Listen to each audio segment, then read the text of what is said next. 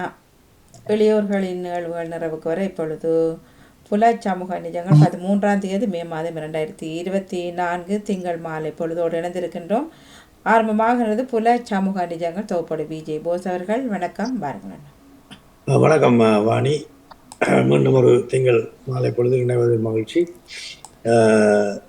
இன்று நான் எடுத்துக்கொண்ட தலைப்பு என்னவென்றால், சென்ற 4ஆம் தேதி, சென்ற வாரத்துக்கு முதல் வாரம் 4ஆம் தேதி ஒரு லண்டன்லேயே ஒரு புதிய தொண்டர் நிறுவனம் ஒன்று, சேரிட்டி நிறுவனம் ஒன்று ஆரம்பிக்கப்பட்டு அதனுடைய லான்ச்சிங் 4ஆம் தேதி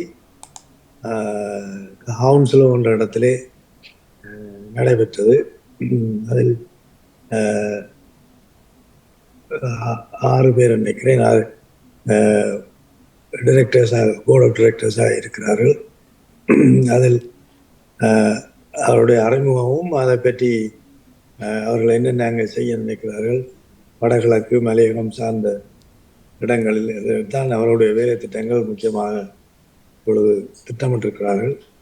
அப்போ அதை அறிமுகப்படுத்தும் ஒரு நிகழ்வாகவே நான் இந்த நிகழ்வை என்று எடுத்திருக்கிறேன். முதலில்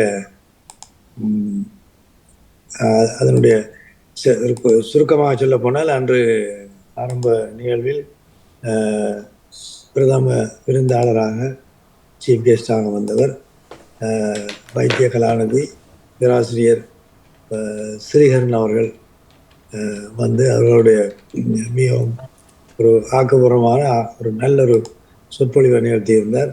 அது எல்லோருக்கும் உற்சாகத்தை கொடுத்தது. அது நிறைய நாங்களும் சில விட நினைப்பது உண்டு, இருக்கிற சேரிட்டிக்கு போதாதான் இன்னும் வேணுமாண்டு யோசிப்பது உண்டு.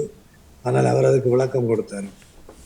அதில் எந்த வித பிள்ளையும் இல்லை. இப்போ புதுசாக வாரதுலேயும் இந்த தவறும் இல்லை. அது ரெண்டா அங்கே தேவைகள் நிறைய இருக்குது. ஆகவே ஆனால் ஒரு கோஆர்டினேஷன் இருக்க வேண்டும் என்பதில் அவரும் ஒரு பாயிண்டை சொன்னார். என்னென்னா, அது அப்படி ஒரு இருந்தால்தான் கொஞ்சம் இலகுவாக இருக்கும் என்பதை கருத்தை சொன்னார். அடுத்து திரு சிவா தியாகராஜா என்பவர் ஒரு கௌரவ விருந்தினராக இணைந்து கொண்டார். அவரும் நல்ல ஒரு சொற்பொழிவை தந்திருந்தார். மற்றும் மாணவ சார்பாக ஒரு மாணவ பெண்மணி இணைந்திருந்தார். அவரும் ஒரு சொற்பொழிவாற்றியிருந்தார். எல்லாம் ஆக்கப்பூர்வமான சொற்பொழிவுகளாக இருந்தது. எனவே அந்த கூடல் அமைப்பை பற்றி ஒரு அறிமுகத்தை முதல் செய்தோடு நாங்கள் துவங்கலாம். அதற்கு நான் இருவரை அழைத்திருக்கிறேன். அதில் பணிப்பாளராக இருக்கின்ற டாக்டர் சண்முகதாசன், டாக்டர் ஷண்மன் அழைப்போம், டாக்டர் கௌரி பாலன் 2 பேரையும் அழைத்திருப்போம். அவர்கள் முதலாவதாக டாக்டர் ஷண் அவர்கள் கூடல் அமைப்பின் நோக்கம் என்ன, அதனுடைய ஆரம்பித்ததின் நோக்கம் அல்லது அங்கு நாங்கள் செய்ய இருக்கின்ற விடயங்கள் பற்றிய விடயங்களை ஆரம்பத்தில் அவர் விளக்குமாறு கேடுகிறேன். வணக்கம் doctor Shan. Doctor Shan Shan unmute பண்ண இல்லை.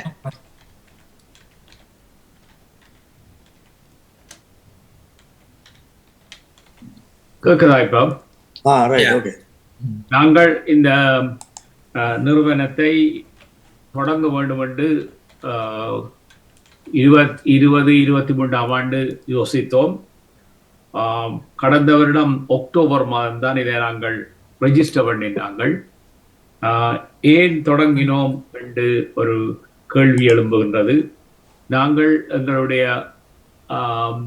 இழப்பாரிய காலத்தில் ஏதெனங்கள் மக்களுக்கு கட்டாயம் செய்ய வேணும் என்ற ஒரு நோக்கத்தை கொண்டு எங்களுடன் இருந்த நண்பர்களுடன் சேர்ந்து இந்த இயக்கத்தை நாங்கள் ஆரம்பித்தோம்.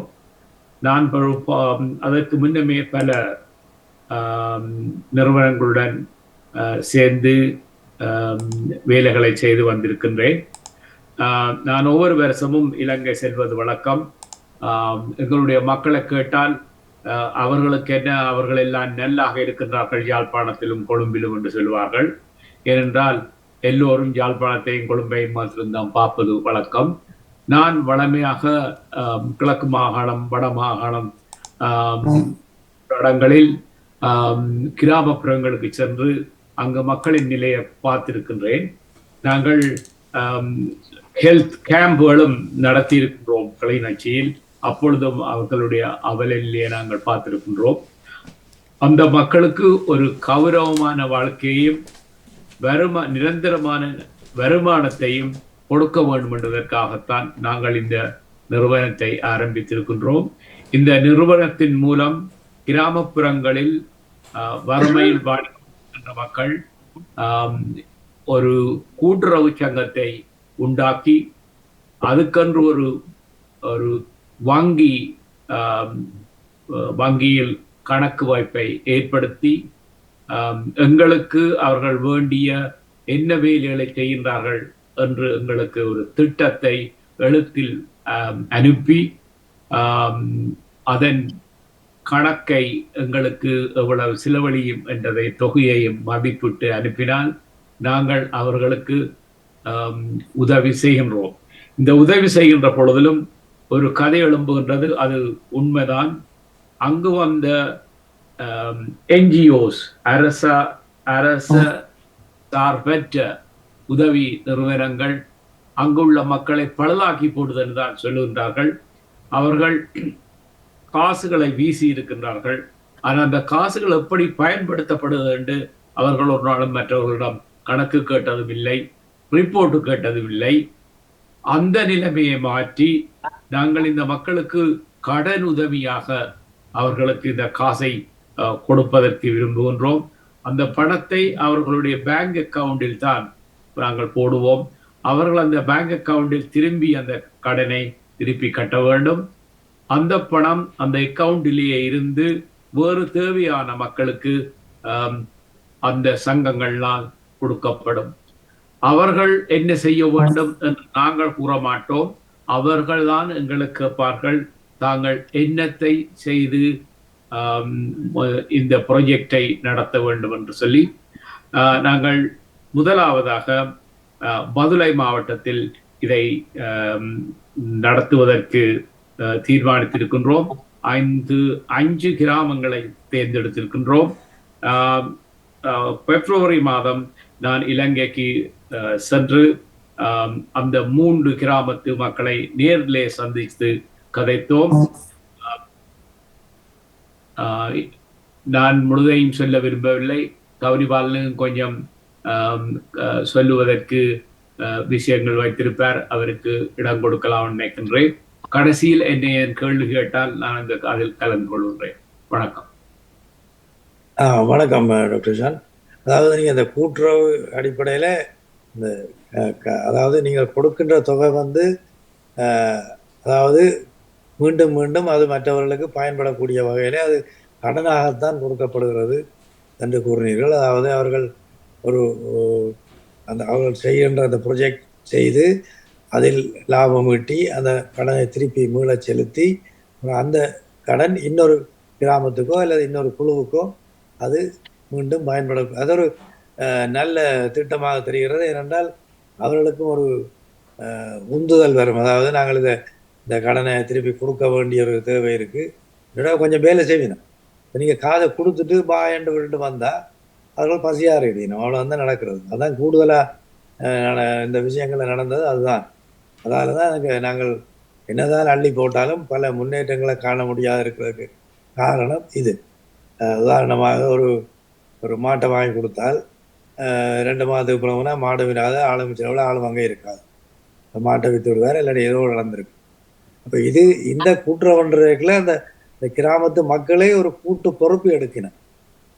ஒரு 15 20 ஃபேமிலின்னா அந்த 20 ஃபேமிலியும் ஒரு கூட்டு பொறுப்பை அந்த பணத்துக்கு எடுக்கிறபடியால் அது ஒரு தாங்களாகவே சில விஷயங்களை செய்யக்கூடிய ஆற்றல் அங்கே உண்டாகுது என்பது ஒரு நல்ல ஒரு சிந்தனை. அதுக்கு அது ஒரு புதிய வடிவமாக நீங்கள் ஆரம்பித்திருக்கீர்கள், மிக நல்லது. அடுத்து நீங்கள் அடுத்து டாக்டர் கௌரிபாலன் அவர்களை நான் கேட்க விரும்புவது என்னவென்றால், நீங்கள் ஏற்கனவே பல விடயங்களை அங்கே செய்து கொண்டு வருகிறீர்கள். ஆகவே அந்த சில திட்டங்களை பற்றி எப்படி நீங்கள் அதை செயல்படுத்தினீர்கள் என்பதை பற்றி கொஞ்சம் விரிவாக கூறினால் நல்லா இருக்கும் நினைக்கிறேன். டாக்டர் கௌரிபாலன், வணக்கம். வணக்கம் எல்லாருக்கும். இந்த சந்தர்ப்பத்தை தந்ததுக்கு மிக்க நன்றி. இதில் டாக்டர் ஷான் ஏற்கனவே விளங்கப்படுத்தின மாதிரி இதில் இந்த கூட்டுறவு சங்கம் வந்து ஏற்கனவே அமைக்கப்பட்டு இருக்குது. 1986ஆம் ஆண்டிலே இருந்து அதிகமான கிராமங்களில் இது அமைக்கப்பட்டிருக்குது. இது அமைக்கப்பட்டு இப்போ பலனவு கூட்டுறவு சங்கத்துக்கும் இதுக்கும் என்ன வித்தியாசம் என்றால், இந்த கிராமத்தில் உள்ளவ தான் அந்த கூட்டுறவு சங்கத்தை நடத்தினான். அப்போ கிராமத்தில் உள்ளவ தலைவர், செயலாளர், பொறுப்பாளர் ரெண்டு அவைக்குள்ளேயே சிக்கனவு, கடன் உதவி, சேமிப்பு தான் சிக்கனவு கூட்டுறவு சங்கத்தின் அந்த முழு நோக்கம். அப்போ அவை அந்த கிராமத்தில் காசு சேர்த்து அவை பிறகு மற்றவைக்கு கொடுத்து அதை 6 மாதத்துக்கு இந்த 6 மாதத்துக்கு அதை செய்து காட்டின பிறகுதான் அந்த சங்கம் வந்து இந்த அரசாங்கத்தில் பதிவு பண்ணப்படுது. அப்போ அதில் இந்த முக்கியம் என்னன்னா, அந்த ஒரு கிராமம் வந்து வலுவூட்டப்படுகிறது.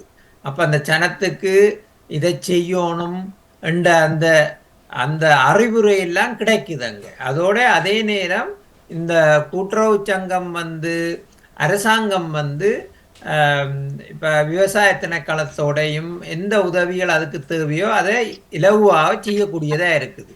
அப்போ இப்போதான் நாங்கள் இந்த வெளிநாட்டில் இருந்து உதவி செய்யக்கூடியதாக இருக்குது அவைக்கு. அப்போ இந்த சங்கங்கள் வந்து கிராம மட்டத்தில் இருக்கிறபடியால் எது வகையான ஊழல்களுக்கும் சந்தர்ப்பம் இல்லை. அப்போ இதில் வந்து இந்த கிராமங்களை வந்து ஒவ்வொரு மாகாணத்துக்கும் ஒவ்வொரு டிஸ்ட்ரிக்டுக்கும் வந்து ஒரு தலையகம் இருக்குது. அந்த தலையக மாக்களில் இருக்கிற ஃபீல்டு ஆஃபீஸர்ஸ் தான் போய் அதை மானிட்டர் பண்ணி அவை சரியா செய்யணுமா எல்லாம் செய்யணும். அப்படி அப்போ இதில் என்ன நன்மைண்டா, ஒன்று டாக்டர் ஷான் சொன்ன மாதிரி ஒன்று கடன் உதவியை தான் கொடுக்குறோம். அந்த கடன் உதவி சரியா பாவிக்கப்படுதோ உண்டு அது கண்காணிக்கிறதுக்கு ஆட்கள் இருக்கணும். அதோட அரசாங்கத்தோடையும் சம்பந்தப்பட்டிருக்கிறபடியால் இங்கேருந்து காசு அனுப்புறதுகள்லையோ எது விதமான பிரச்சனையும் இல்லை. ஏற்கனவே அந்த நெதர்லாண்டில் இருக்கிற சந்திரநாதன் ஐயா தான் இதை தொடக்கத்திலே இருந்து அங்கே ஊக்குவிச்சு கொண்டு வரார். அப்போ அதுதான் இதில் அந்த முக்கியம். அந்த ஒன்று கடலுதவி, அதை மானிட்டர் பண்ணுறதுக்கு கண்காணிக்கிற அங்கே ஆட்கள் இருக்கணும். அதோட அங்கே இருந்தே உங்களுக்கான என்னென்ன செய்யணும் என்றதை அனுப்பிவிடணும். நான் உதாரணத்துக்கு சொல்கிறேன் என்னென்னா,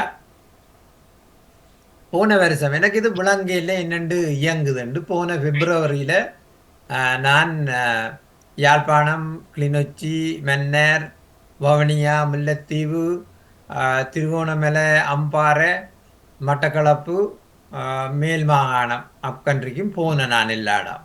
அப்போ போன இடத்துல தான் இது விளங்கிச்சது என்னென்று இயங்குது. இப்போ நான் அவன் இயங்குற விதத்தை பார்த்து நான் ஒரு கிராமத்துக்கு வந்து 10 லட்சம் கொடுத்தேன். நான் மருதோடு என்ற இடம் வவுனியாவில் இருந்து அவன் 4 மாதமாக இந்த கச்சான் கல்டிவேட் பண்ணி அது ஒரு 4 மாதத்தில் 28 லட்சமாக அதில் லாபம் வந்தது. இப்போ 10 லட்சத்தை திருப்பி கட்டிட்டோம். அந்த 10 லட்சத்தை எடுத்து இன்னொரு ஊஞ்சாங்கட்டி என்ற கிராமத்துக்கு கொடுக்கப்பட்டது. அப்போ பிறகு நான் பார்த்தேன்னா இப்போ 18 லட்சம் வந்தால் அவன் நல்லா தானே இருப்பினம்ண்டா. அப்போ நான் ஒரு இந்த வருஷம் வந்து அடிச்சுக்கிட்டேன், இப்படி இருக்கிறீங்களா அது சொல்லிச்சு ஐயா காசு வேணுமெண்டு. அப்போ என்ன பிரச்சனைண்டா, அந்த காசு வந்து முழுக்க அந்த தோட்டத்தில் தான் அது தங்கி இருக்கிறபடியா அந்த வார வருவை காணாது. கடைசி ஒரு 3 வருஷத்துக்காக அந்த காசு அவையிலேயே சுழற்சி கொண்டிருந்தா. அப்போ இப்போ திருப்பி நான் அந்த 10 லட்சத்தை மருதோடைக்கு திருப்பி கொடுத்துருக்குறோம் இந்த வருஷம். அப்போ நான் அந்த அந்த அந்த முந்தி படித்ததில் இருந்து அறிஞ்சது என்னென்னா, குறைஞ்சது ஒரு 3 வருஷத்துக்காக அந்த காசு அந்த கிராமத்தோட இருக்கணும். அப்போ அந்த கிராமத்தில் அவை வச்சு கொண்டிருக்கிறே இல்லை இந்த காசை. அவை வந்து சமாசம் அண்டு டிஸ்ட்ரிக்ட் ஆஃபீஸில் ஹெட் ஆஃபீஸுக்கு கட்டிவினோம். பிறகாவே இவே ஒழுங்கா செய்யணுமோ இதோண்டா திருப்பி கொடுப்பினோம். அப்போ இது ஒரு ஒழுங்குமுறையில் இப்போ இந்த காசு நான் 20 லட்சம் பவனியால கொடுத்துருக்கிறேன், அந்த காசு பொறுப்பா இருக்குது இன்னும். இப்போ இல்லையண்டா இப்போ நாங்கள் சொந்தக்காரருக்கு கொடுத்துருக்குறோம் தானே, எங்க காசு காசுண்டே தெரியாது, இன்னும் தேருங்கோன்னு தான் நீங்கன்னா கேட்க காய்ச்சாலும் இப்ப கதையா சொந்தக்காரர் கதைக்கிறதும் இல்லை, ஏன்னா கொடுத்த காசை கேட்டுருவோம். ஆனா அங்க வந்து அந்த காசு இருக்குது. அப்ப அது வன்மையா தான் நம்பிக்கையாவே இருக்குது. எந்த இந்த 20 லட்சம் சொந்தக்காரர் கொடுக்கறது வன்மை. ஓ அதான் 20 லட்சம் அங்க அப்படியே அதே மாதிரி தான் இப்ப உங்களுக்கு இப்ப பதுளையில வந்து நாங்கள் செய்கிற திட்டத்துக்கு வந்து காசு சேர்த்து வச்சிருக்கிறோம். அங்கேயும் எங்கட இலங்கையில தெரியும் தானே, அந்த டிசம்பர்ல வந்து அவை தொடங்கி 6 மாதத்தால டிசம்பர்ல ரிஜிஸ்ட்ரேஷனுக்கு கொடுத்தவ. அந்த டிஸ்ட்ரிக்ட் ஆபீஸுக்கு போறதுக்கு 4 மாதம் 4.5 மாதத்துல தான் இப்ப ப்ரொவின்ஷனல் ஆபீஸுக்கு போயிருக்கு, அப்ப மாகாணத்துக்கு போயிருக்குது. அப்ப பாருங்க 4.5 மாதம் அதை சைன் பண்ணி அனுப்புறதுக்கு எடுத்திருக்குது. அப்ப அந்த ரிஜிஸ்ட்ரேஷனை தான் பார்த்து கொண்டிருக்கிறோம். அப்ப நாங்க காசு சேர்க்க என்ன சொன்னோம்னா, ஒரு கிராமத்துக்கு 50 லட்சம் 50,000 ரூபாய் கொடுக்குறேன்டா 1125 பவுன் வரும் இஞ்ச. அப்ப சில பேர் வந்து 125 பவுனே தந்திருக்கணும், சில பேர் அதை விட கூடவும் தந்திருக்கணும். அப்ப நாங்க காசை வச்சு கொண்டிருக்கிறோம் இந்த ரிஜிஸ்ட்ரேஷன் வந்தோடனே அனுப்புறதுக்கு. மற்றது இப்ப உங்களுக்கு உங்களோட பிறந்த நாள் அல்லது அப்பாண்ட அம்மாண்ட பேரில் அல்லது ஒரு கிராமத்தை எடுத்து உங்களோட அப்பாண்ட அம்மாண்ட பேரில் தான் வச்சு செய்யணும்ன்றாலும் செய்யலாம், பிரச்சனை இல்லை. இப்ப போஸ் அவர்கள் இந்த கிராமம் மட்டும் அல்லது அவன் அம்மா அப்பாண்ட பேருண்ட கிராமத்திலையும் போட்டு, அப்போ உங்களுக்கு எது விருப்பமோ அதை நாங்கள் செய்யக்கூடியதா இருக்கும். உங்களுக்கு ஆன உதவியல் என்ன வேணுமென்றாலும் நாங்கள் அதை செய்திடலாம், ஏன்னா எங்களுக்கு தொடர்பு இருக்குது. அதுதான் இந்த முக்கியம். எங்களோட கூடல்ல முக்கிய காரணம் வந்து ஒன்று கடனா கொடுக்கறது, ரெண்டாவது ஃபீட்பேக், அங்கே இருக்கிற மானிட்டரிங்குக்கு ஆக்கள் இருக்கணும், மற்றது உங்களுக்கு தொடர்பை எடுத்து தருவோம். நீங்க கொடுக்குற காசுக்கு கரண்டி தருவோம் கட்டாயம், எங்க போகுது என்ன நடக்குது அவை திருப்பி கட்டினமோ என்றது உங்களுக்கு நாங்கள் உத்தரவாதம் தரலாம். இனி வேறு ஏதாவது கேள்வி இருந்தா நீங்க கேட்கலாம். நன்றி டாக்டர் கௌரி பாலன். சிவா, ஏதாவது உங்களுக்கு இதுல? நல்ல விஷயம். முதலாவது எங்களோட குட்டி யாழ்ப்பாணத்தை தெரிவு செய்திருக்கிறீங்க. என்னை பொறுத்தவரை பதுளை எனக்கு ஒரு குட்டி யாழ்ப்பாணம் 74ஆம் ஆண்டிலிருந்து 83 வரைக்கும் ஒவ்வொரு ஸ்கூல் ஹாலிடேக்கும் நான் பதுளை பண்டாரில் ஹட்டண்டிக்கா இந்த பக்கம் எல்லாமே அத்துப்படியாக போய் வந்தபடியால் எனக்கு பதுளை ஒரு சர்வசாதாரணமாக பதுளையும் கவராமல் எனக்கு யாழ்ப்பாணத்தில் நல்லூர் போயிட்டு வர மாதிரி. ஆகவே அந்த பகுதியை பற்றி நன்கு தெரியும். மலையத்தை பொறுத்தவரை பதுளை கல்வித்தரத்தில் கொஞ்சம் உயர்வான நிலையில் இருக்கிற இடம். அங்குள்ள மக்களும் கொஞ்சம் ஆக்டிவானவர்கள். இப்போ உள்ள கணக்கெடுப்பில் பார்த்தா கொழும்பில் உயர் பதவியில் இருக்கிற பதுளை மாவட்டத்திலேருந்து நிறைய பேர் இருக்கிறார்கள். ஆகவே உங்களுக்கு பணியாற்றுவதற்கு இலகுவாக இருக்குமென்ற ஒரு நம்பிக்கையோடு இந்த பதிவு செய்கிற விஷயத்தில் உங்களுக்கு ஏதாவது உதவி தேவைப்பட்டால் கொழும்பிலே எனக்கு தொடர்பு இருக்கிறது. 2 கிழமையில முடித்து இதை ஏதாவது செய்ய முடியுமென்றால் அது கேட்டு ஒழுங்கு தொடர்பு எடுத்து தரேன், நீங்கள் நேராக கதைக்கலாம், அதுக்கு ஹெல்ப் பண்ணலாம் உங்களுக்கு தாமதிக்காமல். அடுத்தது பதுளையிலே இருந்து உற்பத்தி பொருட்களை அந்த உற்பத்தியாளருக்கு கூட பலன் தரகருக்கு இல்லாமல் கூட அவர்களுக்கு பலன் கிடைக்கக்கூடிய விதத்திலே உற்பத்தியை செய்தால் இலகுவாக இருக்கும். எங்களுடைய குடும்பம் நீண்ட காலம் அங்கே இருந்தபடியால் பதுளையில் இருந்து யாழ்ப்பாணம் ரிக்கோ காஃபி அண்ணா காஃபிக்கு காஃபி ஏற்றுவார்கள் லொரியில். 2 விதமான காஃபி உற்பத்தி ஆகிறது பண்டாரோட பதுளையில். அந்த மலை பிரதேசத்திலே ஒன்று வாட்ச்மேன் காஃபி, இன்னொன்று போலோ காஃபி. தவறாமல் குறைந்தது மாதம் 10 மூட்டை காஃபிக்கு மேலே யாழ்ப்பாணம் பெறும். அந்த காலத்தில் நான் சொல்கிறேன் 83க்கு முதல். ஏன்னா அந்த காஃபிக்கு தனி மதிப்பு. அது கொஞ்சம் ஆர்கானிக்காக தான் அவர்கள் செய்திருந்தார்கள், நல்ல தரமானது. அவை அந்த கிராமப்புற மக்கள் ஒரு நேர்மையானவர்கள். எல்லா கடைக்கு கொண்டு வந்து கிலோ கணக்கெலாம் கொடுத்துட்டு காசு வாங்கிட்டு போவார்கள். அதை சேர்த்து தான் அனுப்புகிறவ யாழ்ப்பாணத்துக்காகவே. அந்த சிறிய சிறிய உற்பத்தியாளர்களை நேரடியாக அவர்களுக்கு லாபம் கிடைக்கக்கூடிய விதத்தில் அல்ல நேரடி அங்கேருந்து நீங்களாவது யாழ்ப்பாணத்துக்கு மார்க்கெட் பண்ணுவீர்களாக இருந்தால் அவர்கள் கூட லாபம் அடையக்கூடியமாக இருக்கும் தரகர்களை தவிர்த்து. ஆகவே இது ஒரு நல்ல இடம். மற்றது அந்த காலத்தில் ரோஸ் பண்டாரவளையிலிருந்து யாழ்ப்பாணம் வருவதுண்டு ரோசா மரம். அவ்வளவு அழகான ரோசாக்கள் அங்கிருந்து கொண்டு வருவார்கள் பண்டாரவளையிலிருந்து. அதுபோல் கன விஷயங்கள் இருக்கிறது. நான் காலநீரோட்டத்தில் பதிலையில் இருக்கிற என்னுடைய உறவினர்களும் காய்ச்சி நம்முடைய பரம்பரையில் ஏதாவது செய்ய முடிந்தால் சேர்ந்து நாங்களும் ஒரு ப்ரொஜெக்டுக்கு எங்கள்ட அப்பாட சகோதரங்கள் 11 பேரில் 9 பேர் பதிலையில் இருந்தவ. 58ஆம் ஆண்டுலேருந்து அந்த பகுதி தான் முழுக்க இன்னும் அங்கே கடைகளும் இருக்கின்றது.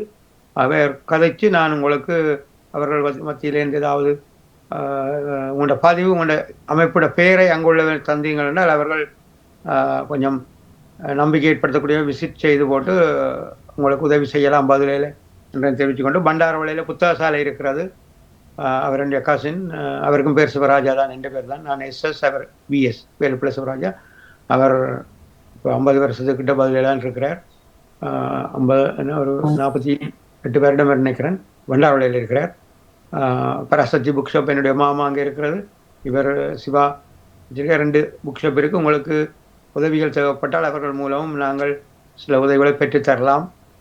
குறிப்பாக இந்த மாணவர் விஷயத்திலே மாணவர்களுக்கு எதுவும் ஹெல்ப் பண்ண போகும்போது புத்தக கடையிலிருந்து உதவிகள் பெற்றுத்தரலாம். நல்ல விஷயம், தொடர்ந்து செய்யுங்கள். மிக கவனமாக நகருங்கள். இலங்கையிலே 1560 சேரிட்டியிலே 900 தான் இயங்குகிறது, மிச்சம் பிளாக் லிஸ்டட் ஆக்கப்பட்டிருக்கு. ஆகவே மிக கவனமாக நகருங்கள். வாழ்த்துக்கள். நன்றி சிவா அவர்களே. அதாவது நான் என்ன, அதாவது மலையகத்தை பற்றி கூறினீர்கள். இந்த வடகிழக்கில் அம்பாறையிலும் சில வேலை திட்டங்களை நீங்கள் ஆரம்பித்திருக்கிறீர்கள். ஆகவே அதை பற்றி ஏதாவது விவரங்கள் கூற முடியுமானால் டாக்டர் ஷான் அல்லது டாக்டர் கௌரபாலன் யாராவது ஒருவர். டாக்டர் கௌரபாலன் நான் அதை வருவேன். அம்பாறையில் வந்து நாங்கள் வந்து ஒரு கிராமம் வந்து வெற்றிமுனை என்ற இடத்துல வந்து வீரமுனை என்ற கிராமத்தில் வந்து கிராமத்துக்கு உதவி செய்த நாங்கள் டாக்டர் ஷான், டாக்டர் ரவீந்திரன், நானும் தைக்கிறதுக்குள்ள மெஷின்கள் வாங்கி கொடுத்து அவை இப்போ தைச்சு உடுப்புகள் விற்கினோம். அதோடையே அந்த இங்கே இருக்கிற கோயில்களில் இருக்கிற உடுப்புகளை நாங்கள் அனுப்பினாங்கள் அவைக்கு. என்னென்னா அந்த கோயிலில் வந்து கட்டின அம்மனுக்கோ அவைக்கு கட்டின உடுப்புகள் வந்து இங்கே சுவிஸ்ல இருந்து ஆக்கள் கொண்டே கொடுத்தவை அங்கே. இப்போ அதையவே பார்க்கணும் அம்பாறையில். அதோட அம்பாறையில் இங்கே பிரதேனியாவில் இருந்து வந்த இன்ஜினியர்ஸ் வந்து ஒரு கிராமம் மாணிக்கமடு என்ற கிராமத்தை எடுத்து நடத்தினோம். அதே மாதிரி இந்த இன்ஜினியர்ஸ் தான் வவுனியாலும் ஊஞ்சால்கட்டி என்ற ஒரு கிராமத்தையும் எடுத்து நடத்தினோம். அப்போ அவை ஒரு நிறுவனமாக இருந்து கொண்டு இப்படியான விஷயங்களை செய்யணும். அப்போ நீங்கள் யாரும் உங்களுக்கு நிறுவனத்தில் இருந்து கொண்டு உங்களுக்கு எப்படி ஒரு கிராமத்தை வளர்த்தெடுக்கணுமெண்டா நாங்கள் அதுக்கு தொடர்புகளை நாங்கள் ஏற்படுத்தி தரலாம். மற்றது யாழ்ப்பாணத்திலும் ஏற்கனவே இவர் சிக்கனா கூட்டுறவு சங்கத்துக்குள்ளால இல்லை, ஆனால் அங்கரநேசன் இந்த கிரீன் பார்ட்டி அவருக்குள்ளால சிறுதானியங்கள் ஊக்குவிக்கிறதுக்கு ஒரு 20 லட்சம் கொடுத்து அவர் அது சிறுதானியங்களை கொடுத்து அது நடந்து கொண்டே இருக்குது. அதால் இப்போ குறைக்கண்ட விலையிலெல்லாம் கொஞ்சம் ஓரளவு குறைஞ்சிருக்குது. அப்படியான நடவடிக்கைகளை நாங்கள் எடுத்துக்கொண்டு இருக்கிறோம். ஆனால் இன்னும் நிறைய தேவை எங்களுக்கு.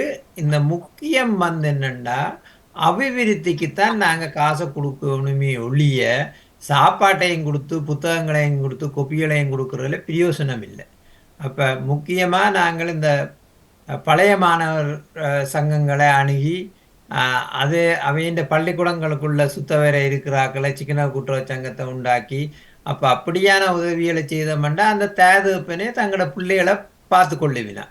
இப்போ அதிகமாக என்னத்தை கேட்டாலும் டியூஷனுக்கு காசு தாங்கோ அல்லது கொப்பி வேண்ட காசு தாங்கோ, உடுப்புக்கு காசு தாங்கோ, சாப்பாட்டுக்கு காசு தாங்கோன்னு தான் கேட்கினோம். அப்போ அதால் அபிவிருத்திக்கு காசு போகுதில்லை. அப்போ எங்களோட நோக்கம் வந்து முக்கியமாக 100க்கு 100% நாங்கள் அபிவிருத்திக்கு தான் கொடுப்போமே ஒழிய மற்றும்படி மற்றதுகளுக்கு எங்களால் கொடுக்க இயலாது. அதுதான் இந்த முக்கியம் எங்கட இந்த கூடல்ல நோக்கமும். மற்றது இப்போ நாங்கள் செய்த இந்த இன்னோகுரேஷன் ஆரம்ப விழாவில் வந்து அந்த ஃபோட்டோஸ் ரெக்கார்டிங் எல்லாம் வச்சிருக்கிறோம். நாங்கள் அதை எடிட் பண்ணிட்டு ஃபேஸ்புக்கில் போடுவோம். கூடல் CIC.UK நாங்கள் போடுறோம் அந்த அட்ரஸ் எல்லாம். அந்த உங்களுக்கு ஃபேஸ்புக்கில் பார்க்கக்கூடியதாக இருக்கும். இந்த ஆரம்ப விழாவுக்கு வரைய இயலாத ஆக்களும் என்ன நடந்தது, அந்த ப்ரொஃபஸர் ஸ்ரீகரன் என்ன சொன்னவர், தலைவர் சண்முகதாசன் என்ன சொன்னவர், நான் என்ன விளக்கப்படுத்தினான்ன்றதை உங்களுக்கு பார்க்கக்கூடியதாக இருக்கும். அதுகள் இன்னொரு கிழமையில 2 கிழமையில அதை ஃபேஸ்புக்கில் எங்களுக்கு போடக்கூடியதாக இருக்கு. நன்றி. நீங்க சொன்ன மாதிரி அந்த அதாவது அபிவிருத்தி தான் முக்கியம். அதை செய்த அது பொருளாதாரத்தில் ஒரு ஆக்கள் நிமிர்ந்தால் மிச்ச விஷயங்கள் தானா சரி வருமன்றது நம்பிக்கை தான். அதை விட அந்த கல்வி சார்ந்த சில நடவடிக்கைகளையும் நீங்கள் சில விஷயங்களை செய்து வருகிறீர்கள் நினைக்கிறேன். அதாவது வேறு வழியாக, அதாவது முக்கியமாக சில குடும்பங்கள் யூனிவர்சிட்டிக்கு போயிருப்பார்கள், ஆனால் அவர்களுக்கு அந்த பொருளாதார வசதி காணாமல் இருக்கும் அந்த பிள்ளைகளை படிப்பித்து முடிப்பதற்கு. அப்படியான விடயங்களையும் நாங்கள் ஏதாவது கருத்தில் கொண்டு இயங்குகிறோமா இல்லாட்டி? இதில் என்னென்றால் நாங்கள் என்ன செய்கிறோம் என்று சொன்னால், நாங்கள் அவையினுடைய வாழ்க்கையை நடத்தக்கூடிய தொழில்களை செய்து வருமானத்தை தேடி கண்டுபிடிக்கின்ற ப்ராஜெக்டுகளுக்கு தான் நாங்கள் உதவி செய்யலாம். நாங்கள் இதை செய்யல அவையை வேறு சில விஷயங்களையும் பயிற்சி கொடுக்கிறோம். முதலாவது தனித்துவமாய் நடக்கிற தன்மை எங்களுடைய ஆட்களுக்கு கூட. அப்ப நாங்கள் அவர்களை எப்படி கூட்டு சேர்ந்து ஒரு கூட்டமாக பிளான் பண்ணி திட்டமிட்டு ஒரு விஷயத்தை செய்ய வேணும் என்றதை நாங்கள் பழக்கிறோம். இப்ப அவை ஒரு திட்டத்தை முன்வழியும் பொழுது அது நாங்கள் அவர்களிடமிருந்து எழுத்தில எப்படி செய்ய போறீர்கள், எப்ப தொடங்க போறீர்கள், எப்ப முடிக்க போறீர்கள், அதுக்கு எவ்வளவு காசு வரும் என்று எழுதி வாங்குறோம். எங்களுடைய ஆட்களுடைய ஒரு பிரச்சனை அவர்களுக்கு கணக்க திட்டங்கள் இருக்குது, ஆனா திட்டங்களை எழுத்தில போடுற இல்லை. எழுத்தில போடுறதுல ஒரு நன்மை அவர்களுடைய எண்ணங்கள் நடைமுறைகள் வழி நடத்தப்படுகிறது ஒரு திட்டமாக. அது மாத்திரமல்ல, அவர்களை ஒழுங்காக மாதம் மாதம் கூட்டம் வைக்க செய்கிறோம். அப்ப கூட்டத்தில் அவர்கள் எல்லாரும் சேர்ந்து தங்களுடைய கிராமத்துக்கு தேவையான தங்களுக்கு தேவையான விஷயங்களை கதைக்கக்கூடியதாக இருக்குது. அந்த மாத கூட்டத்தில அவை தங்களோட பேங்க் அக்கவுண்டை காட்டி என்ன செலவு என்ன வரவு என்று ஒரு வரவு செலவு ரிப்போர்ட்டை சமர்ப்பிக்கணும். அதை அவை எங்களுக்கு வாட்ஸ்அப்பில் அனுப்புகிறோம். அப்ப நாங்கள் அவைய திட்டமிட்டு எப்படி காசுகளை செலவழிப்பது, வரவை பற்றி எப்படி செலவழிக்கிற நேரத்தில் யோசிக்கிறது என்றதையும் இதை செய்யும் பொழுது அவைக்கு நாங்கள் பழக்குகிறோம். அடுத்ததாக அவைக்கு என்ன விதமான ஒரு அனுபவம் ட்ரைனிங் வேணுமென்றதுக்கு நான் போக்குமுதுக்கு ஒரு சர்வே உண்டு செய்து ஏனென்றால் அவைக்கு தெரிஞ்ச விஷயங்களை நாங்கள் அவைக்கு படிப்பிக்க தேவையில்லை. அவைக்கு தெரியாத விஷயங்களை தான் நாங்கள் அவைக்கு படிப்பிக்கணும். அப்ப நாங்கள் ஒரு ரிப்போர்ட் ஒன்று ப்ரிப்பேர் பண்ணாங்கள். அதுக்கு தேவையான இன்ஃபர்மேஷன் எல்லாத்தையும் தந்தது அந்த கிராமத்தில் ஆக்கள் தான். அப்ப நாங்கள் என்ன செய்கிறோம் என்றால், அவர்களுக்கு அப்படி கூட்டுறவை சேர்ந்து வேலை செய்யலாம், கூட்டங்களை நடத்தலாம், கணக்க வச்சிருக்கலாம், ஒரு ப்ரொஜெக்டை எழுதலாம் என்றதுகளை நாங்கள் படிப்பிக்கிற அதே நேரத்தில் அவைக்கு என்னென்ன தேவைகள், என்னென்ன ட்ரைனிங், அது மிக முக்கியமானது. இங்க நாங்கள் பகுதிக்கு சொல்றாங்க, அவன் ஒரு டொய்லெட்டை கழுவுறன்னு சொன்னாலும் அவன் ஒரு சிலபஸ் எழுதி ட்ரைனிங்கை கொடுத்து ஒரு சர்டிபிகேட்டை கொடுப்பான் இந்த நாட்டில். நாங்கள் அவை எல்லாருக்கும் அந்த விதத்தில் அவைக்கு தேவையான விஷயத்துல நாங்கள் ட்ரெயின் பண்றோம். ஒரு கொஞ்ச காலத்துக்கு முந்தைய அதை கௌரிபாலன் அதுல முக்கியமா ஈடுபட்டவர். என்ன மாதிரி கோழி குஞ்சு வளர்ப்பது, அதுல என்னென்ன பிரச்சனைகள் வரும், என்ன மாதிரி தீனி போடுவது என்றது எல்லாத்தையும் ஒரு வெட்டரி சர்ஜனை கொண்டு ஒரு ட்ரைனிங் நடத்தினது நாங்கள். அப்ப அவைகளுக்கு தேவையான விஷயத்தை நாங்கள் பழக்கிறோம். கணக்கு எழுதுறதை பற்றி பழக்கிறோம், பேங்கில் அக்கவுண்ட் வைக்கிறத பற்றி பழக்கிறோம். அப்படி கன விஷயத்தை நாங்கள் பழக்கிறோம். இது தனியா அவைக்கு உதவி செய்கிறது, தனியா அவைக்கு ஒரு தொழிலை ஆரம்பிச்சு கொடுக்கிறது என்றது மாத்திரமே இல்ல. அதை செய்து கொண்டிருக்கிற பொழுது பக்கத்தால பல பல விஷயங்களை, வாழ்க்கைக்கு தேவையான பல விஷயங்களை அதை படிச்சு கொண்டு போயிடும். ஒரு குடும்பத்துக்கு தங்கட மானம் மரியாதையை காப்பாற்றக்கூடிய அளவுக்கு வரவு இருக்குமே ஆனால் அந்த குடும்பம் எப்பவும் யோசிக்கும், எங்கட பிள்ளைய படிப்பிக்கணும் சொல்லி. ஏன் இவையொரு தரத்துக்கு வந்துட்டான், அவைக்கு ஒரு மாதாந்த வருமானம் வருகுது, அடுத்தது பிள்ளைய படிப்பிக்கிறதுக்கு தான். நாங்கள் அதுக்கு உதவி செய்யறதுக்கு நாங்கள் முக்கியமாக நினைக்கவில்லை. ஏன் என்று சொன்னால் இதுதான் ஒரு முக்கியமானது. பிரிட்டன்ல மாத்திரம் எங்களுக்கு தெரிஞ்ச அளவுக்கு 64 ஆர்கனைசேஷன் இருக்கு. நான் என்னுடைய கூடல் தலைமுறையில சொன்னான், என்னுடைய அனுபவத்தின்படி குறைஞ்சது 200 இருக்குது. அவை இப்ப அங்க ஒரு நிறுவனம் இருக்குது, திரண்டால் மிடுக்கு என்ன செய்யுது என்று சொன்னால் எல்லாரையும் இணைக்குது. அந்த திரண்டால் மிடுக்கில பள்ளிக்கூடத்துக்கு உதவி செய்ய, ஆரம்ப பாடசாலைக்கு உதவி செய்வார்கள், வளர்ந்த பாடசாலைக்கு உதவி செய்வார்கள் என்றெல்லாம் இருக்கிறார். எங்களால ஒரு நிறுவனத்தால எல்லாத்தையும் செய்ய முடியாது. ஆனா அந்த நிறுவனம் திரண்டால் அமைப்பு போல ஒரு பிளாட்ஃபார்முக்கு வேற பிரச்சனை எடுத்துக்கொண்டு போகலாம். அவை எஜுகேஷன், கல்வி பற்றி செப்பரேட்ட ஆக்களை ஆர்கனைசேஷன்ஸை பிடிச்சு வேலை நடக்குது. அப்ப நாங்கள் என்ன செய்யணும் என்று சொன்னால், தேவைகளை ஐடென்டிஃபை பண்ணிக்கொண்டு அதே மாதிரி அதுல உதவி செய்யற நிறுவனங்களையும் ஐடென்டிஃபை பண்ணிக்கொண்டு ரெண்டு பக்கத்தையும் சேர்த்து விடணும். படிப்பு முக்கியம். ஏன் அதை சொல்றது அவ்வளவு நல்ல இல்லையா, ஆனால் அதை சொல்ல வேணும். யாழ்ப்பாணத்தில் இருக்கிற சந்ததிகள் எல்லாம் ஏன் இன்றைக்கு உலகம் முழுக்கெல்லாம் போய் பிரபலமாயிருக்குதுகளே என்று சொன்னால் அதுக்கு காரணம் படிப்பு. கொழும்பில் இருக்கிறார்கள் எல்லாரும் ஏன் நல்லா இருக்கிறாங்க என்று காரணம், அதுக்கு காரணம் படிப்பு. ஸோ படிப்பு முக்கியம். அதை நாங்கள் வலநாட்டுக்கு செய்ய வேணும். ஆனா அதை செய்யறவரைத்தான் அதை செய்ய விட வேணும். சில ஆர்கனைசேஷன், ஒரு ஆர்கனைசேஷன் இருக்கு மலையகம் என்று சொல்லி, அவை இதுல முக்கியமாக ஈடுபட்டிருக்கிறார். ஸோ யார் இதுல ஸ்பெஷலிஸ்டா இருக்கிறையோ அவைய கொண்டு நாங்கள் வேலை செய்கிற கிராமத்துக்கு உதவி செய்ய வேணும். இந்த கிராமங்களுக்கு ஃப்ரெண்ட்லிஷிப் ஃபவுண்டேஷன் உண்டு, அதோட நாங்கள் சேர்ந்து வேலை செய்யறோம். அவ உதவி செய்யணும். அவைன்ற நோக்கம் விரிவுபட்டது. ஒரு உண்மையை சொல்றேன்டா, இப்ப கிட்டடியில அவ உயர்தர பரீட்சைக்கான கேள்வி பேப்பர்களை பிரிண்ட் பண்ணி அங்க உள்ள பள்ளிக்கூடங்கள் எல்லாத்துக்கும் கொடுத்தவை. அப்ப அவ காசு கட்டணம், கேள்வி பேப்பர்களை பிரிண்ட் பண்றதுக்கு காசு தாருங்கன்னு சொல்லி ஒரு குவியம் என்றொரு அமைப்பு அவைக்கு போட்டோஸ்டாட் காப்பியரை வாங்கி கொடுத்துடும். நீங்கள் எங்கள்கிட்ட அப்படியெல்லாம் செய்யாமல் பிரிண்டரும் போட்டோஸ்டாட் காப்பியரையும் வாங்கி கொடுத்துட்டா நீங்களே பிரிண்ட் பண்ணி எவ்வளவு தேவையான ஆக்களுக்கோ அவ்வளவு ஆக்களுக்கு கொடுங்கோ.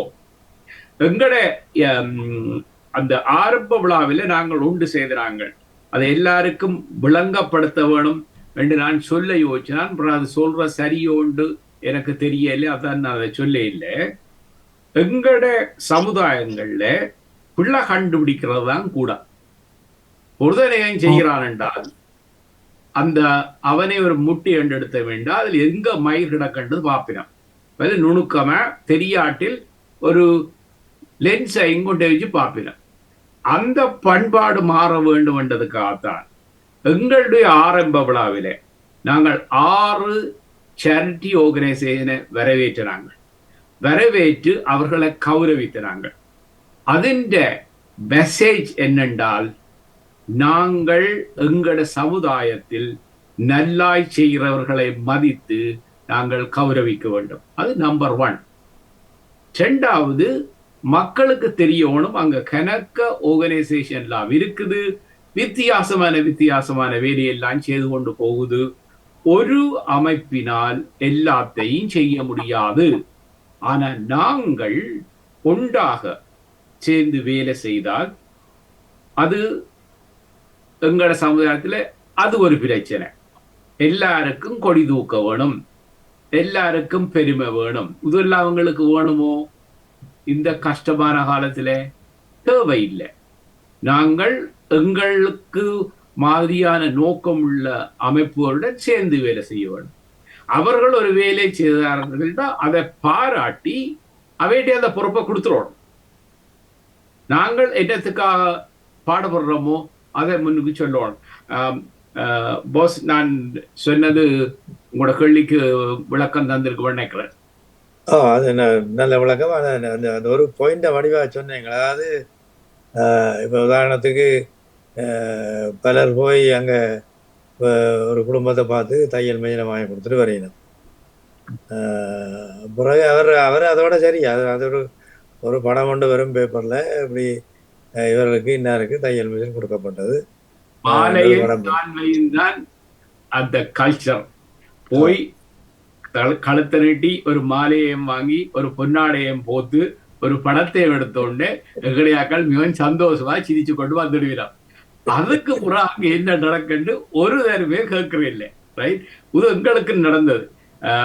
இவன் சின்னாடி அம்பாறையில ஒரு கிராமத்துக்கு நாங்கள் தையல் மெஷின் வாங்கி கொடுத்துறாங்கன்னு சொல்லி, அந்த தையல் மெஷின் வாங்கி கொடுத்ததுக்கு எங்களை ஊக்குவிச்சது வேறு ஒரு அமைப்பு.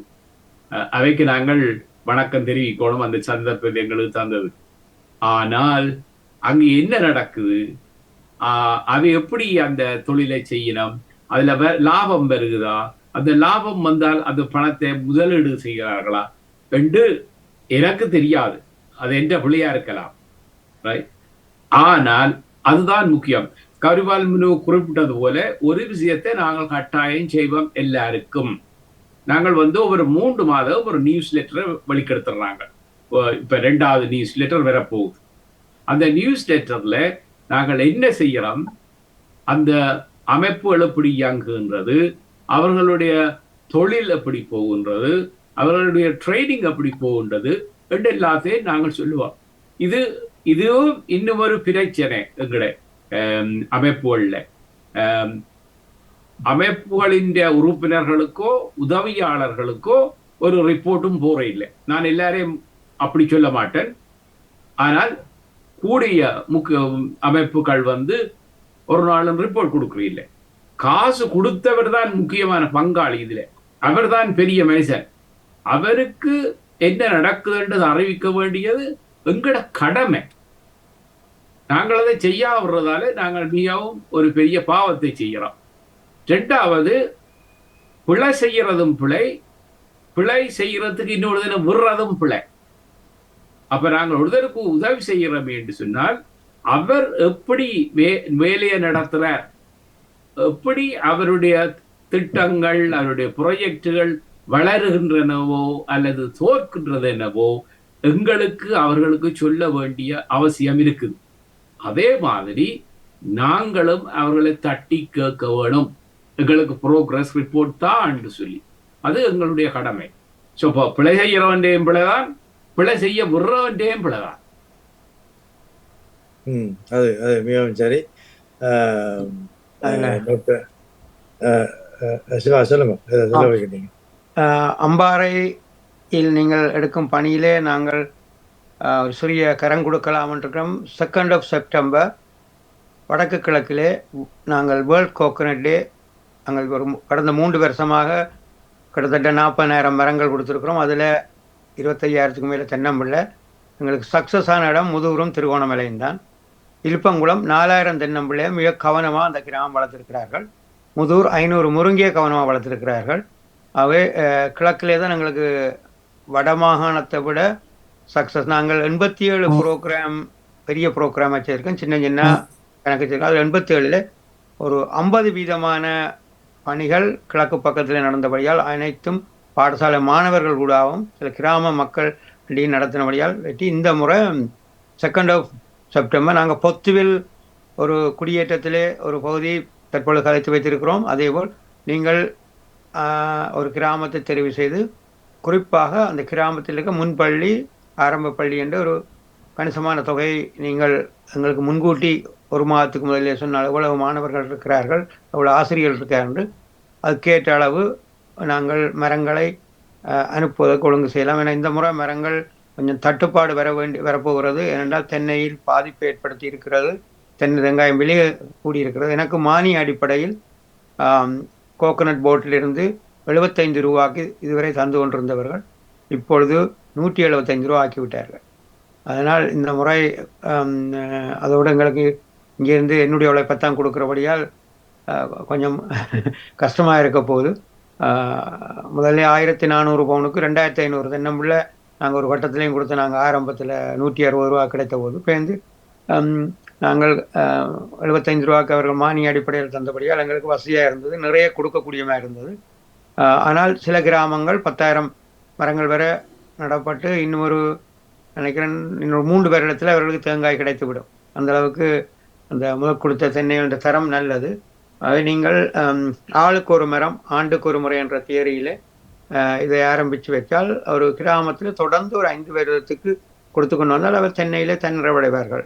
ஒரு ஆளுக்கு 3 தென்னை அவர் வீட்டில் இருந்தால் அவருக்கு வாழ்வியலுக்கு போதும். அதேபோல் முருங்கை ஒரு மரம் இருந்தாலே ஒரு குடும்பத்துக்கு போதும். அப்படி நாங்கள் மாணவர்களுக்கு கற்றுக் கொடுக்குற விதம் பயனுள்ள 20 மரங்களை நீங்கள் 10 வயதுக்குள் உங்களை சுற்றி உங்கள் சுற்றுவட்டத்தில் வளர்க்க வேண்டும். அது நாளாந்தம் 2 வகை உணவுகளுக்கு உதவ வேண்டும் என்று. அதில் தேங்காய் உண்டா இருந்தால் இன்னொன்று கீரை வகைன்னு முருங்கையைத்தான் முதல் அறிமுகப்படுத்தினாங்க. நாங்கள் பல வகையான மரங்கள் கொடுத்துருக்கோம். அதில் முருங்கை தான் சக்ஸஸாக வருகிறது. சில இடங்களில் மற்ற மரங்கள் கஜு எல்லாம் சில இடங்களில் வரையில் சில இடத்துல வந்திருக்கு. அப்போ ஆகவே வாழை கொடுத்துருக்கோம், குலை போட்டிருக்கு, ஒரு வருஷத்துலேயே ஆயிரக்கணக்கில் கொடுத்துருக்குறோம். ஆகவே அப்படி வாழை போட்டால் அது வாழை அப்படியே வாழையடி வாழையாக குட்டி போட்டு கொண்டிருக்கிறபடியே எங்கள் அந்த பிரச்சனை குறைஞ்சி கொண்டு வருது. கொடுத்த இடங்களில் அதிகமாக நம்ம பாடசாலை மாணவர்களோட மட்டும்தான் இந்த பணியை முன்னெடுக்கிறோம். மற்றவர்களுக்கு கொடுத்து சிரமத்துக்குள்ளாக்கி இருக்கிறோம்.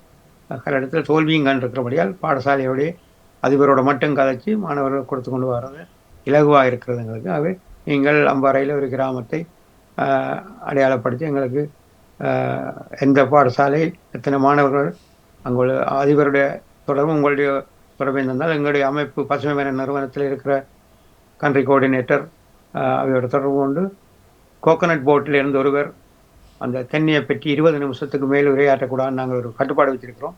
இந்த 20 நிமிஷத்துக்கு தென்னை எப்படி வளர்க்கணும், தென்னையால் பயன் கோகனட் போர்ட்லேருந்து ஒருவர் எமது அமைப்பிலேருந்து வரவர் 8 நிமிஷத்துக்கு மேலே 10 நிமிஷத்துக்கு பேச இல்லாத அரை மணி நேரத்தில் எங்கள்ட பகுதி முடிஞ்சிடும். மிச்சம் அவரோட கேள்வி பதிலாக இருக்கும்.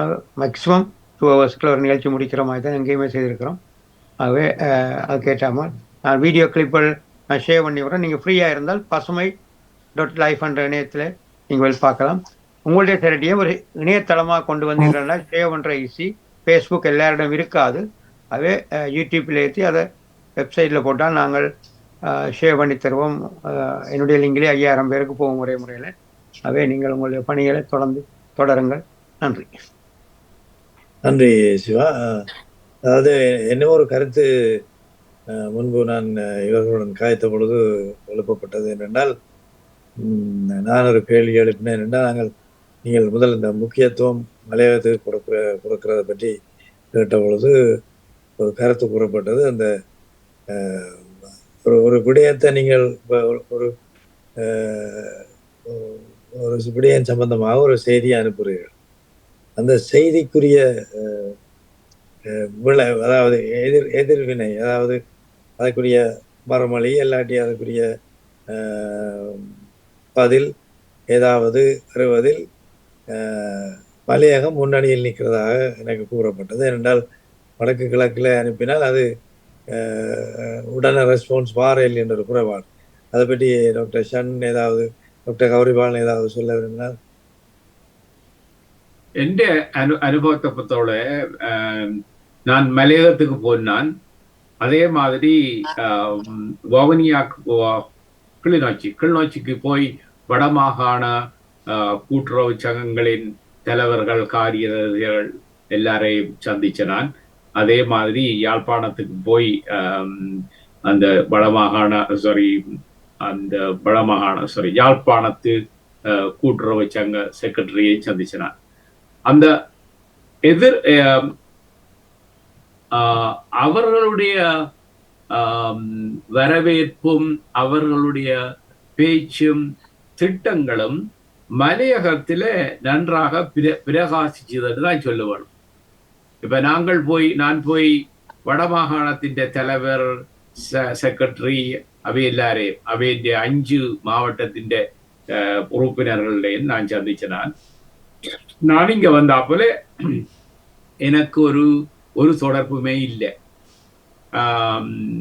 யாழ்ப்பாணத்திலையும் நான் அங்க போன பொழுது அவை எனக்கு ஒரு திட்டத்தை தந்தேன்னா, ஒரு பள்ளிக்கூடத்துல உள்ள பிள்ளைகளுக்கு பால் கொடுக்குறேன்னு சொல்லி, அதுவும் ஒரு நாளைக்கு தான், ஒரு கிழமையிலே ஒரு நாளைக்கு.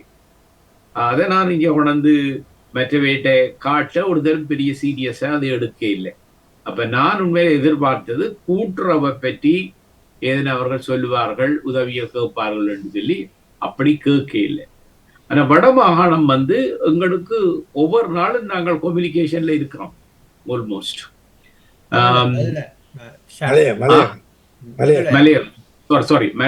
மலையா நான் கம்யூனிகேஷன்ல இருக்கிறோம். அப்ப எங்களுக்கும் அதை பார்க்க உற்சாகமா இருக்குது. அவையும் எங்களுக்கு இப்ப எங்களுடைய ஆரம்ப விழாக்கு கூடி அண்டே காலமே துவக்கம் எங்களுக்கு வாழ்த்துகள் சொல்லி எல்லா கூட்டுறவு சங்கங்களும் அனுப்பி இருந்தது. அப்ப யாழ்ப்பாணத்தில சில அமைப்பு பிரச்சனைகள் இருக்கிற மாதிரி எனக்கு தெரியுது. அங்க உள்ள கூட்டுறவு சங்கத்தில் உள்ளவை எல்லாரும் தங்களுடைய ஆளுமைக்கு கீழேதான் எல்லாம் நடக்கணும் என்று விரும்புகிறார்கள். அது பிழை இல்லை. ஆனா அவ்வளவு தூரத்துக்கு அவர்கள் கிராம மட்டங்களில போய் எவ்வளவு வேலை செய்கிறார்கள் என்றது எனக்கு ஒரு டவுட். கௌரிபால். கட்டாயம் இதுல இப்ப 86ஆம் ஆண்டு நினைக்க 14, 24, 38 வருஷமா இந்த சங்கங்கள் இயங்கி வருகிறது. அப்ப அதுல என்ன நான் பார்த்ததுல அறிஞ்சது என்னன்னா, இந்த எல்லாரும் 60 வயதுக்கு வயதுக்கு போன ஆக்கள் தான் இருக்கிறேன் தலைவரா காரியதரிசியா இருந்து கொண்டு அந்த எங்களுக்கு சண்டை, இந்த பிரச்சனை, நாட்டு பிரச்சனை இருந்ததோட கொரோனாவும் வந்தபடியா அந்த வேலை செய்கிற தன்மை கொஞ்சம் கஷ்டமா இருக்குது அங்க. அப்ப நாங்கள் என்ன யோசிச்சோம்னா, இளமையா இருக்கிற ஆக்களை அதுக்குள்ள கொண்டு வந்தா தான் அந்த சங்கங்கள் இன்னும் கூட நல்லா இயங்கக்கூடியதா இருக்கும். அதை உடனே செய்யலாது, கொஞ்சம் கொஞ்சமா செய்யலாம்னு. இப்போ இதில் எங்களோட அப்கண்ட்ரியில் என்னன்னா, இது புதுசாக இருக்கிறபடியா எல்லாரும் இளமையான ஆக்களாக இருக்கணும். அப்போ எங்களுக்கு அங்கே வேலை செய்கிறது லேசாக இருக்குது வடக்கு கிழக்க விட. ஆனால் வவுனியாவின் சங்கம் நல்லா இயங்குது. என்ன என்றாலும் வடிவா செய்யினம். மற்ற சங்கங்கள்லையும் செய்வினம் கொஞ்சம் பிந்தி, வழக்கமான இதை விட கொஞ்சம் பிந்தி செய்வினம்.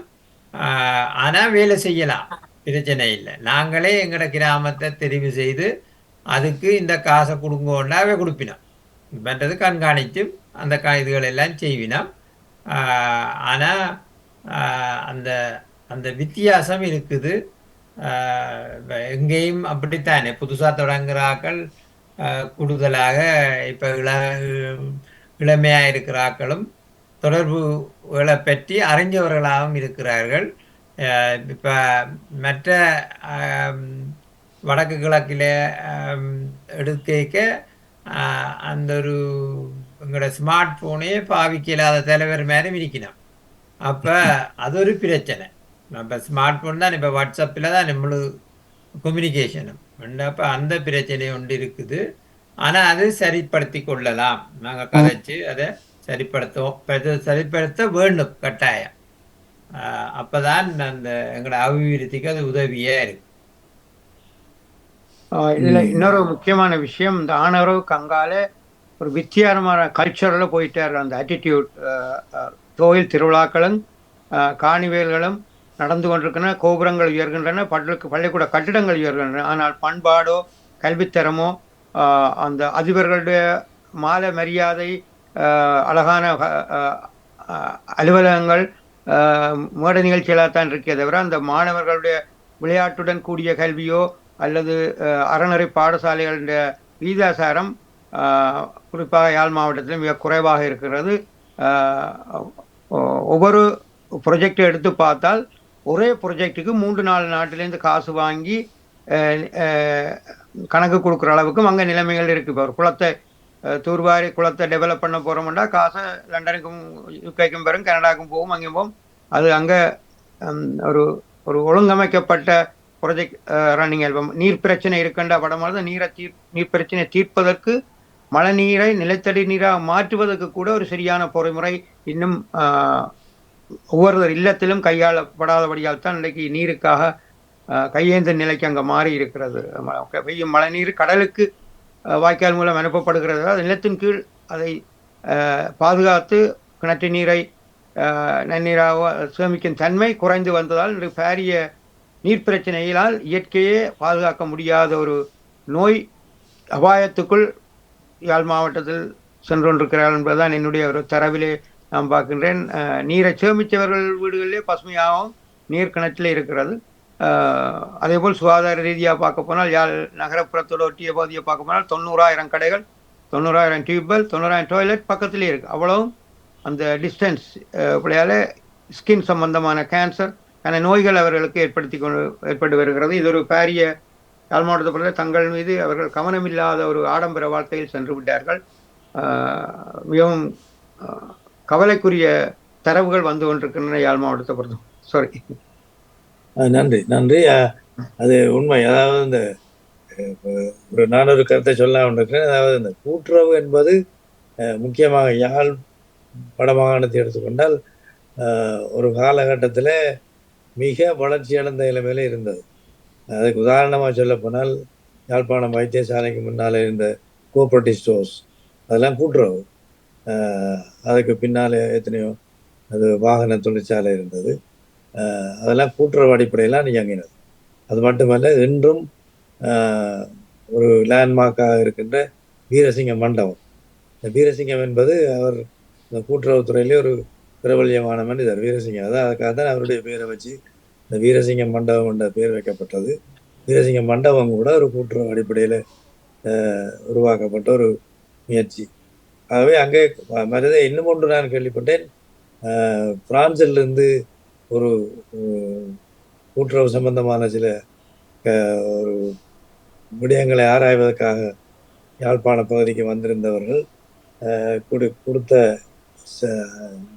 செய்தி எப்படி என்று சொன்னால், கூட்டுறவை நடைமுறையில் பார்க்க வேண்டுமானால் நீங்கள் யாழ்ப்பாணம் போய் பார்க்கலாம் என்று அவர்களால் சொல்லப்பட்டதாக முன்பு அறிந்தேன். இன்று என்னை பொறுத்தவரை அது மிகவும் நலிந்து கொண்டு போகிறதா தான் எனக்கு தெரியாது. இப்போ இந்த கோஆபரேட்டிவ் ஸ்டோர்ஸ் இப்போ இல்லை, அது இப்போ தனியார் இதாக மாறிவிட்டது. வீரசிங்க மண்டபம் கொண்டு இருக்கிறது. அப்படியாக ஒரு நலிந்த நிலையில் தான் இப்பொழுது அந்த கூட்டுறவு இருக்கிறது. இப்படியான இவர்களுடைய முயற்சியின் ஊடாக அது மீண்டும் கட்டி எழுப்புவது சாத்தியம் இருக்கலாம். என்றால் அந்த அந்த அது கன விஷயத்துல உதவும் நினைக்கிறேன். இப்போ அந்த கூறுறது என்பது எங்களுக்கு கொஞ்சம் கஷ்டமான வேலை. எங்களோட தமிழ் பண்பாட்டிலே அது இல்லை பொருளாக, அந்த ஜீன்ல இல்லைன்னு நினைக்கிறேன். இந்த கூட்டி அப்ப அதை நாங்கள் மீண்டும் கொண்டு வரணும். ஏன்னா முந்தி இருந்தது தானே, இல்லாம போயிடும். இந்த இருந்த விஷயம் அதை நாங்கள் மீள அதை கட்டமைச்சு அதை 2 நிமிஷம் தான் இருக்குது. சம்மரைஸ் பண்ணிவிடும். நீங்கள் அதை இது சம்பந்தமா ஏதாவது நீங்க இறுதியா கருத்துக்களை சொல்ல விரும்பினால் இவருடைய இந்த மரம் நடுகின்ற திட்டம் மிகவும் நல்ல திட்டம். நாங்கள் எந்த கிராமங்கள்ல வேலை செய்யறோமோ அந்த கிராமங்களை இவர்களுடன் இணைத்து விட வேணும். நாங்கள் அதில் முன்னின்று செய்யாமல் இவர்களுடன் இணைத்து விட்டு இவர்களை அவர்களை ஊக்குவிக்கிறதுக்கு நாங்கள் வழிபார்க்க வேண்டும். அதுதான் இந்த ப்ரொபோசல்.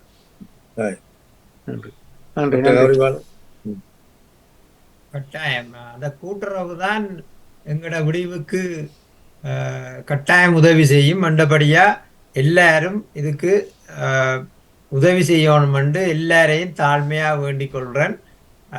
ஒன்று சேர்ந்தால் திரண்டால் முடுக்குத்தானே. நல்லபடியா நாங்கள் எல்லாரும் சேர்ந்து கூட்டுறவை ஊக்குவிச்சு எங்களோட நாட்டை முன்னேற்றலாம். கட்டாயம் அது நடக்கும் என்றது என்ற நம்பிக்கை. அதாவது இந்த நம்பிக்கையோடு நாங்கள் இந்த பணிகளை தொடர்ந்து செய்வோம். முயற்சி தான் முயற்சி. இப்போ நாங்கள் நீங்கள் செய்கின்ற வேலை திட்டங்கள் பதிலையில் பலன் அளிக்குது, அம்பாறையில் பலன் அளிக்குது என்று சொல்லி கொண்டு போனால் வடகிழக்கிலையும் அது முக்கியமாக பலனளிக்க வேணும். பலனளிக்காம விடையலாகும். அப்போ அந்த ஆட்டிடியூடோட மாற்றுறது தான் இந்த கூட்டுறவு முயற்சியாக இருக்க வேணும்.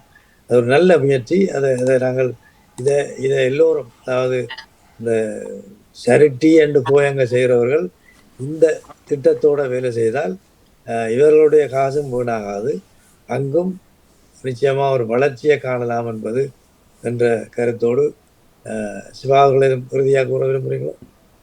நல்ல விஷயம். என்னுடைய நண்பர்களை உங்களுக்கு இணைத்து விடுதேன். அவர் இங்கே பதிலை சேர்ந்தவர், இங்கேருந்து கஷ்டப்பட்டவருக்கு அவர் ஒவ்வொரு முறையும் வீடியோ செய்துவிட்டு அந்த காசில் டாய்லெட் கட்டி கொடுத்து கொண்டிருக்கிறார். ஏன்னா பதிலையில் டாய்லெட் பிரச்சனையோட பெரிய பிரச்சனை இருந்தது அங்கே. அந்த காலத்தில் சொல்கிற மாதிரி வாலி கக்கூஸ் அப்படின்னு இருந்தது. இப்போ இவர் கட்டி கொடுக்குறார். அந்த கிராமத்தை தான் செய்யும் ஒரு நாள் உழைப்பிலே ஒரு டாய்லெட் கட்டி கொடுக்குற அளவுக்கு அவர் மூவ் பண்ணி கொண்டு 2-3 வருஷம் அவர் செய்து கொண்டிருக்கிறார். அவரை பதிலை போது என்றபடியால் உங்களுடைய நிறுவனத்தின் விஷயத்தில் இணைத்து விடுகிறேன். அவருக்கும் பதிலையில் தொடர்புகள் இருக்கும். நல்லபடியாக செய்யலாம். இல்ஃபர்ட் பக்கம் இருக்கிறேன். ராஜா ஆண்டவர் இல்ஃபர்டில். நான் அவருடைய நம்பரும் எடுத்து உங்களுக்கு பர்சன் மூலம் தார். Okay, thank you. நன்றி. எனது அழைப்பை ஏற்று இந்த நிகழ்ச்சியில் பங்கு பெற்றி இதை எடுத்தது காரணம் நாங்கள் இந்த தொண்டு நிறுவனம் என்பது ஒரு புதிய பார்வையில் இது இயங்குறபடியால், கூட்டுறவு என்ற அடிப்படையில் இது இயங்குறபடியால் அதை நாங்கள் மக்களுக்கு அறிமுகப்படுத்த வேண்டும்.